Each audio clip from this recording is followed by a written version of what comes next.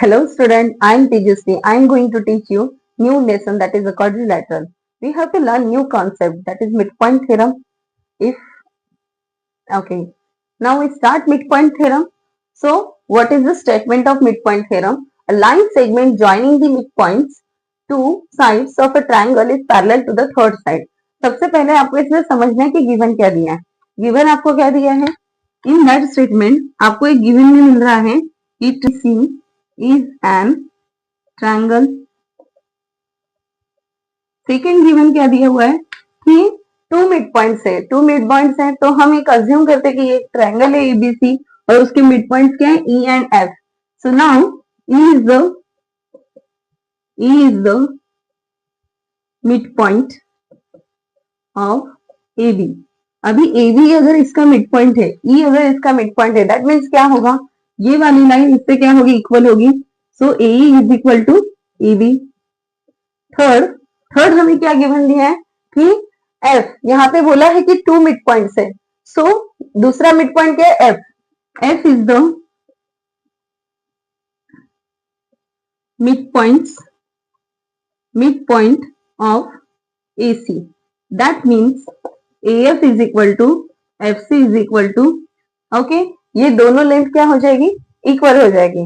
Now next to proof क्या करना है आपको, टू प्रूफ में क्या करना है कि two sides of a triangle is parallel to third side. ये मिड पॉइंट से जो लाइन पास हो रही है, ये वाली लाइन और ये वाली लाइन पैरेलल प्रूफ करनी है. So E F is parallel to B C. Basically आपको ये पता होना चाहिए कि पैरेलल लाइन प्रूफ करने के लिए थ्री मेथड्स है. Which are they? First method is alternate angle, second method is corresponding angle, third method is interior को इंटीरियर एंगल्स. अब देखते हैं कि इसमें से कौन सा मेथड यहाँ पे यूज होता है. तो सबसे पहले हमें कंस्ट्रक्शन करना है. कंस्ट्रक्शन में आप क्या लिखेंगे, कंस्ट्रक्शन हम कहां से करेंगे, ये पॉइंट सी से हमें एक लाइन सेगमेंट ड्रॉ करना है. Through point C draw a line segment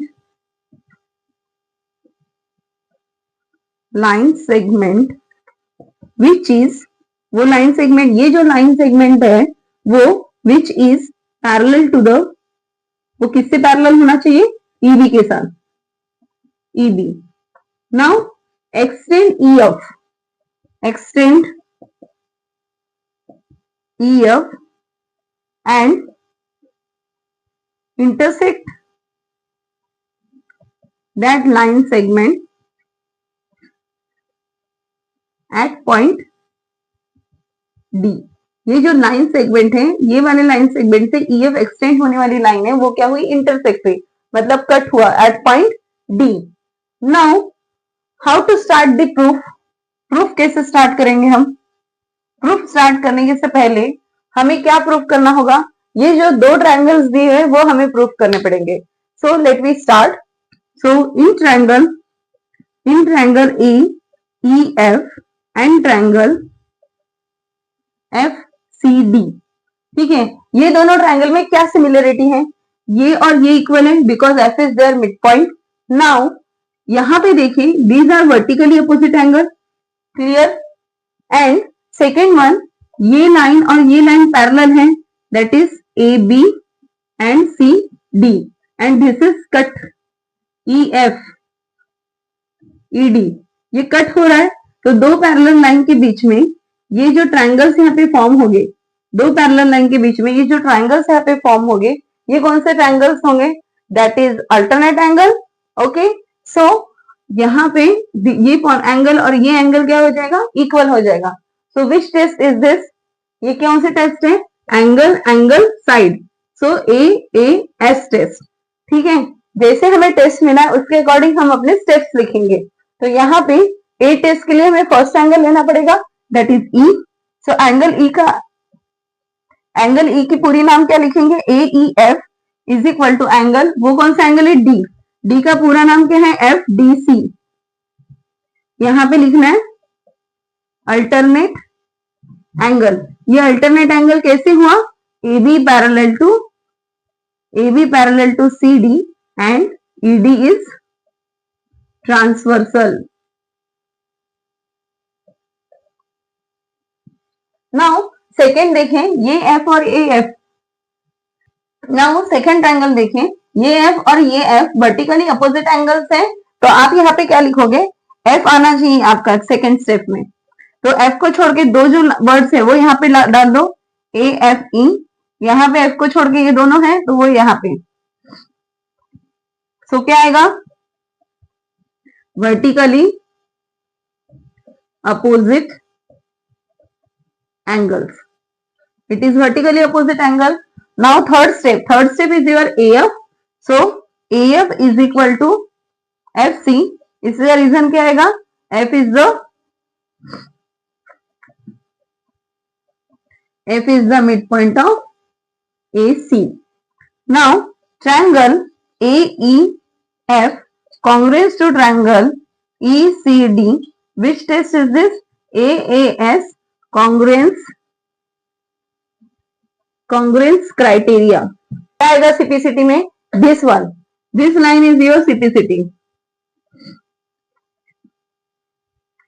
So यहाँ पे देखो AC is equal to, AC नहीं AE is equal to CD, CPCT. Okay, इसे हम इक्वेशन 1 दे देंगे। नाउ नेक्स्ट साइड, अभी ये तो प्रूफ हो गया कि ये दोनों इक्वल है करके, ठीक है। तो फिर हमें और क्या करना है, देखें, चेक आउट।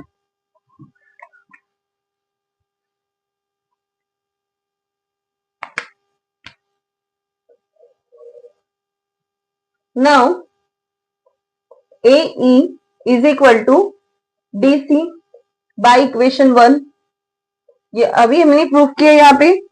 फिर AE और किसके साथ इक्वल है, AE is equal to, given में देखो AE इज इक्वल टू क्या है, EB है, तो यहाँ पे लिखो AE is equal to EB। क्या रीजन है, E is the mid point of AB। अब यहाँ पे देखो ये दोनों इक्वल है, अगर ये दोनों सेम है तो ये दोनों सेम हो जाएगा, that means DC is equal to EB, that means DC is equal to EB। ये वाला इससे क्या हो गया, इक्वल हो गया। नाउ आप देखिए ये वाला इससे इक्वल हो गया है। ओके, नाउ नेक्स्ट स्टेप क्या आएगा, नेक्स्ट स्टेप क्या, हमें कंस्ट्रक्शन से क्या मिला, हमें कंस्ट्रक्शन से क्या मिला है, through point C draw a line segment which is parallel to the EB। ये EB से ये वाला लाइन CD पैरेलल है, EB parallel to CD। So EB parallel to CD and EB is equal to CD. So अगर ये दोनों parallel भी हैं और इक्वल भी हैं तो हमारा डेफिनेशन क्या है, क्या डेफिनेशन है हमारा, if one pair are parallel and equal then it is said to be a parallelogram. ठीक है, if one pair of a quadrilateral is parallel and equal,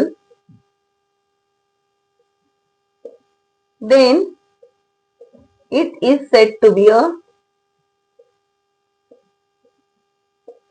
parallelogram।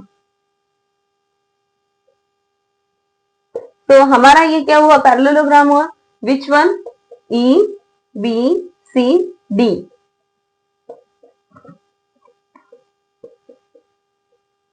This one is our parallelogram।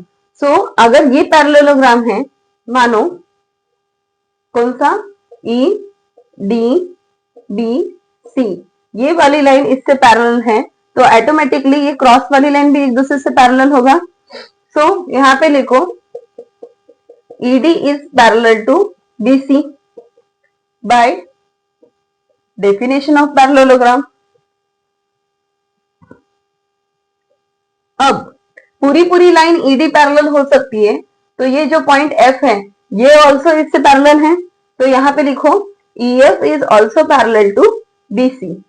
ठीक है, क्योंकि ये तीनों कौन से line में, एक ही लाइन में है, यही हमें प्रूव करना था कि EF is parallel to BC। Okay.